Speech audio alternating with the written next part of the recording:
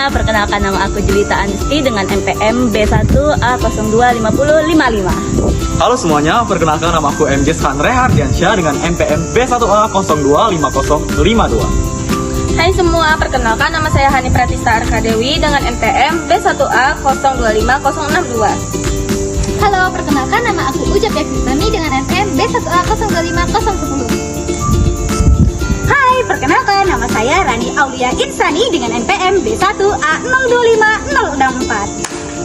Kami akan membawakan video singkat yang berjudul Mencegah Perilaku Korupsi Demi Kesejahteraan Bangsa. Nah, tujuan pembuatan video ini yaitu untuk mengedukasi generasi muda, khususnya mahasiswa, tentang dampak destruktif dari korupsi terhadap kesejahteraan bangsa Indonesia. Nah, sambil secara spesifik mengidentifikasi bahwa perilaku koruptif itu dimulai dari hal kecil, seperti contek, data terlambat, dan manipulasi dihapus. Nah, pastinya tujuan pembuatan video ini adalah untuk menanamkan nilai-nilai integritas, kejujuran, dan tanggung jawab sebagai benteng moral. Nah, kemudian untuk mendorong mahasiswa agar turut serta bertindak aktif sebagai agen perubahan dan sosial kontrol di lingkungan mereka. Sementara itu, tujuan jangka panjangnya adalah untuk menciptakan pemimpin masa depan yang berintegritas sehingga mampu menciptakan pemerintahan yang bersih dan transparan. Terima kasih.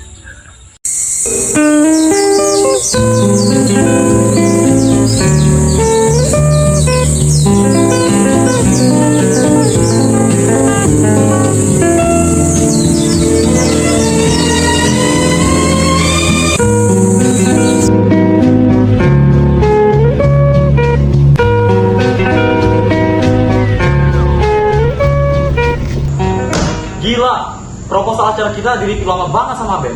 Padahal deadline proposal tersebut itu besok. Wah, itu mah namanya korupsi waktu, bro. Menunda pekerjaan yang sebenarnya ditanggung jawabnya itu sama aja dengan merampas hak orang lain. Nah, dalam konteks yang lebih luas, korupsi itu kan bukan cuma tentang uang, duit, cuan, money, having, tapi juga waktu. Nah, betul. Dosen kita pernah bilang korupsi itu adalah suatu tindakan melawan hukum untuk memperkaya diri sendiri, orang lain yang merugikan keuangan negara dan perekonomian negara. Ribet banget definisinya ya. Pokoknya ujung-ujungnya pasti duit juga kan? Enggak dong, coba lihat kita. Misal nih, kita tadi janji rapat datang jam 3. Tapi kita datang jam 4 tanpa alasan yang jelas. Nah, itu udah termasuk korupsi waktu loh teman-teman. Kenapa? Karena kita merugikan waktu teman-teman kita yang datang disiplin, seperti itu. Nah, terkait dengan korupsi juga, itu dasar hukumnya kuat loh. Yang mana itu diatur di dalam Undang-Undang Nomor 31 Tahun 1999, yang mana diubah pada Undang-Undang atau dengan Undang-Undang Nomor 20 Tahun 2001 terkait dengan pemberantasan tindak pidana korupsi atau pemberantasan tipikor. Kayaknya aku simpan deh di HP. Bentar ya, aku cek. Nah, benar kata Rani. Undang-undang itu mencakup 7 kelompok tindak pidana, dari kerugian negara sampai gratifikasi. Korupsi waktu itu merusak etika publik kita, yang ujung-ujungnya menghambat kesejahteraan bangsa. Kalau dari hal kecil aja kita nggak disepelein, bagaimana lagi kalau kita jadi pejabat?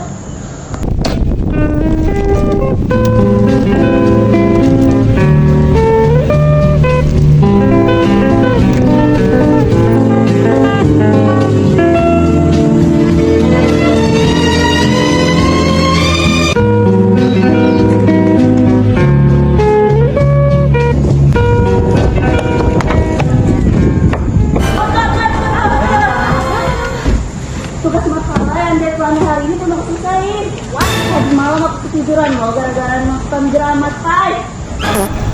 Oh, tugas makalah itu. Santai aja. Jelita, kan itu cuma tugas makalah. Kita bisa lobby dosennya, terus kita bilang aja kalau laptop kita lagi error. Oh, what? Iya kan?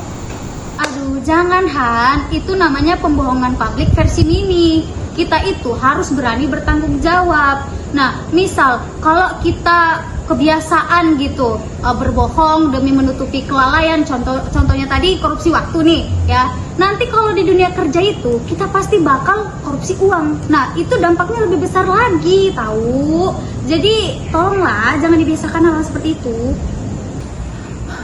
Aku tahu kok aku salah. Deadline itu adalah komitmen, dan waktu teman-teman yang kubuang itu adalah kerugian. Aku minta maaf ya. Iya, nggak masalah kok cerita, aman, santai aja, ya nggak sih? Iya, aman aja. Nggak apa-apa. Guys. Ini barusan saya nelfon WA. Dia tawarkan jalan pintas. Katanya sekarang lagi ada dosen yang buka kelas kilat tentang masalah mata kuliah yang lagi kita ulangin ini. Biayanya sih sekitar 5 juta. Tapi lumayan lah, kita lulus dapat nilai B tanpa perlu ikut UAS. Gimana? Kalian setuju nggak? Wah, serius, kalau juga Tuhan. Aduh, janganlah Han, itu namanya korupsi versi nyatanya, real banget itu korupsi cuy. Kenapa?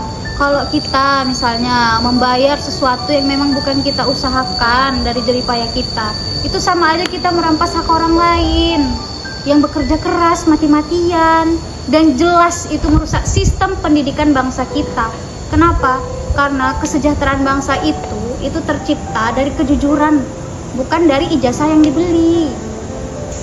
Nah, aku setuju sama Rani. Walaupun lambat, biar selesai. Terus juga tadi aku kan udah korupsi waktu dan merugikan kalian. Itu dampaknya ke kalian.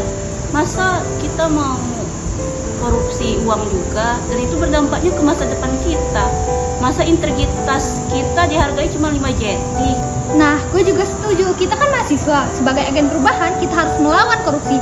Sekecil apapun korupsi itu kita harus melawan. Gimana bisa bangsa ini maju kalau korupsi saja nggak dilawan? Jadi sekecil apapun korupsi kita harus melawannya.